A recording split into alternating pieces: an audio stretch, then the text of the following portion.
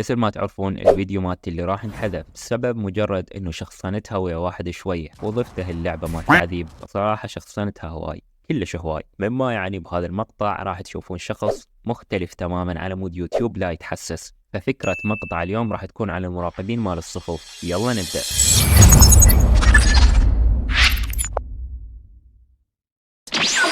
بونجور يا مشاهدين، لم أركم تدخلون. في هذا المقطع سنتحدث عن مراقبين المدارس. لكن أولا، ما رأيك يا عزيزي المشاهد؟ لماذا كان الاتحاد السوفيتي يرفض تصدير أقلام الرصاص لدولة ما بحجة إنها قد تؤدي إلى اختلال التوازن العلمي في المدارس حول العالم؟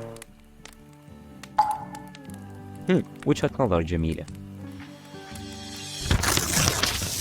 شباب ما أقدر، هاي مو طبيعتي. انسوا غريب الأطوار هذاك وخلونا نكمل المقطع، لأن امتحانات وإذا ما خلصت المقطع بوقت قليل درجاتي راح تظل هيج. المهم، بالمدارس العراقية لازم كل صف يكون به نوعين من المراقبين. أول واحد هذاك الحباب اللي كل الطلاب تحبه، والآخر هذاك اللي أول ما انطوه ورقة الغيابات صار به جنون العظمة. وإحنا تركيزنا على هذا راح نسويه محتوى. قبل بالابتدائية كان الطالب الشاطر هو اللي يصير المراقب، لأن تعرفون يعني الطلاب الصغار ما يشكلون خطر على المراقب. أقدر أسحقهم أوكي لحظة يوتيوب، أنا أتشاقة، ما أقصد التحريض على العنف ولا شيء مثل هذا. فعادي إذا خلوا المراقب ولد حباب، بس من المتوسط ورا راح يجيبوا لك أكبر طالب بالشعبة. حرفيا الصفوف اللي مرت بيها بحياتي كان بيها طلاب بحجم الماموث، وياهو أكثر طالب عايد سنوات راح ينطوه هاي السلطة، لأن ضخم والطلاب ما يقدرون يحاكوا. أقل كلمة وياهم ممكن يعصب ويفرشك فرش. وهميا لأن أكو بعض الطلاب إذا أنت حباب راح يستغلوك حتى تحذف أسمائهم من الغيابات ومثل هيك أمور. وسالفة المراقبة ترجعني السنة 2015 أيام الثاني ابتدائي. مع إنه كنا طلاب ثاني ابتدائي، بس المدرسين قرروا ينطون المراقبة لطالب اسمه يونس. يونس يا شباب كان طالب كبير كلش، جماعته كانوا بالثالث المتوسط. شلون كان يداوم ويانا ما حد يدري، غالبا كان يداوم بشكل مو رسمي. وانت تسمع طالب ثالث متوسط مو عبالك هيك، لا لا لا, لا. بالنسبة لنا كنا نشوفه هيك. ويونس بوقتها كان عايش اللحظة ومسيطر بالشعبة مالتنا. كل الطلاب بوقتها كانوا مستغربين منه، شلون طالب بهذا الحجم يداوم ويا طلاب ثاني ابتدائي. كلها كانت تحترمه وتخاف منه. ومن كنا صغار أكثر شيء الطالب يجيب وياه ربع دينار، وإذا أهله كلش رادوا ينطوه يجيب 1000 دينار، بينما يونس كان يجيب 2000. كانت بمثابة معجزة للطلاب. حرفيا يونس ساعتها كان أكبر طالب بالمدرسة، كان يسوي شغلات نعتبرها مستحيل إنسان يسويها، مثل إنه كان يقدر يطفر الحائط مال المدرسة، وكان يفر لنا البنكة لما تطفى الكهرباء. وطلعت إشاعة إنه هو يقدر يطير، يمكن تطلع صح ما حد يدري. كطلاب ثاني ابتدائي كانت هاي أقصى مراحل القوة بالنسبة لنا. ويعني حرفيا كانوا يجون طلاب كبار بنفس عمر يونس ويبدي يتعارك وياهم خارج المدرسة، وكل الطلاب كانوا يشجعونه. لكن يا شباب، لكل بداية نهاية. للأسف يونس عاف المدرسة وعاف أعماله البطولية، وصار شلون بيلي متقاعد عن بطولاته. وطلعت إشاعة أنه هو تزوج، لأن شفناه مرة لابس حلقة. هنا تكون انتهت مسيرة حياة يونس إلى الأبد. أوكي، القصة صارت عن كل شيء إلا المراقبين. بس والله قصته أحلى. منو يهتم للمراقبين؟ يا البنية اللي تشوفين المقطع، على الرغم أنه أكو بي كان يشوفن بعض الولد همج، إلا أنه الولد صدق يسوون وهس أحيانا. مثلا لما نكون بسفرة الطلاب كلها فرحانة ويرقصون بالكوستر، لكن أحيانا تشتغل قراية بالغلط، فرأسا كل الطلاب يقومون يلطمون.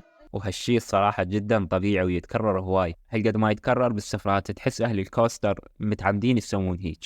فقبل أيام ما صار لها فترة طويلة كان عندنا الدرس الأخير من درس الرياضيات، الطلاب كلها تعبانة والمدرس يباوع مثل البلايس. المهم أخيرا دق الجرس وتحمسنا، وطلع المدرس مسافة بالباب.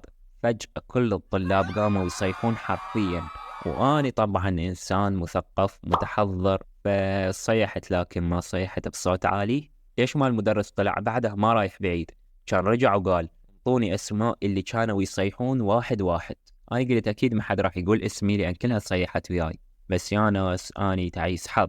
قبل التفت المراقب علي وقال حرفيا قال هيك، انتم عبالكم مبالغة بس هو قال هيك. أخذني هذا المدرس وياه، وكل ما كنت أحاول أبرر له كان يعطيني هاي أمنيتي أعرف شنو معناها وليش يسوون هالمدرسين. المهم أخذني للمدير ونكرت اللي صار. أصدقائي بهيج حالة أنكر لو كانت كل الدلائل ضدك، وأخيرا عفوا عني لأن أنا طالب معروف بهدوئي وما عندي هاي السوالف. أبد ما عندي هاي السوالف. وشوفوا هاي أحد مميزات إن تكون طالب مؤدب. أكو نوع من المراقبين ما حكينا عنه اللي هم المراقبين السريين. دان دان دان، ذوي أكثر ناس مستغلين السلطة مالتهم، بس يا أخي والله كان لهم هيبتهم قبل. شنت أحسهم مثل العملاء السريين وعندهم سلطة كبيرة، لأن أي طالب يضوجك بس تلفق تهمة عليه بعد ما حد يقدر يحاكيك، حتى الطالب ما يدري منين جت التهمة. لكن أنا شقد حاولت وما وافقوا يسووني مراقب سري يا أصدقاء، أنا مظلوم. المهم، بيوم من أيام الابتدائية خلوا مراقبين سريين على الشعبة مالتنا.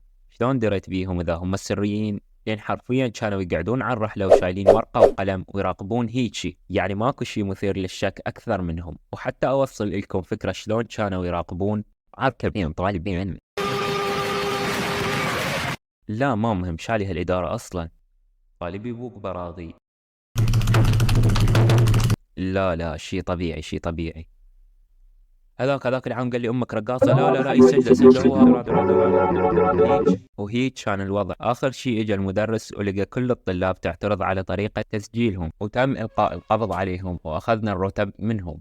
واخيرا المراقبين على كيفكم ويانا، لا تصيرون مثل المراقب اللي وشبيه او المراقبين السريين، لان راح نلقي القبض عليكم وناخذ رتبكم. وصيروا مثل يونس.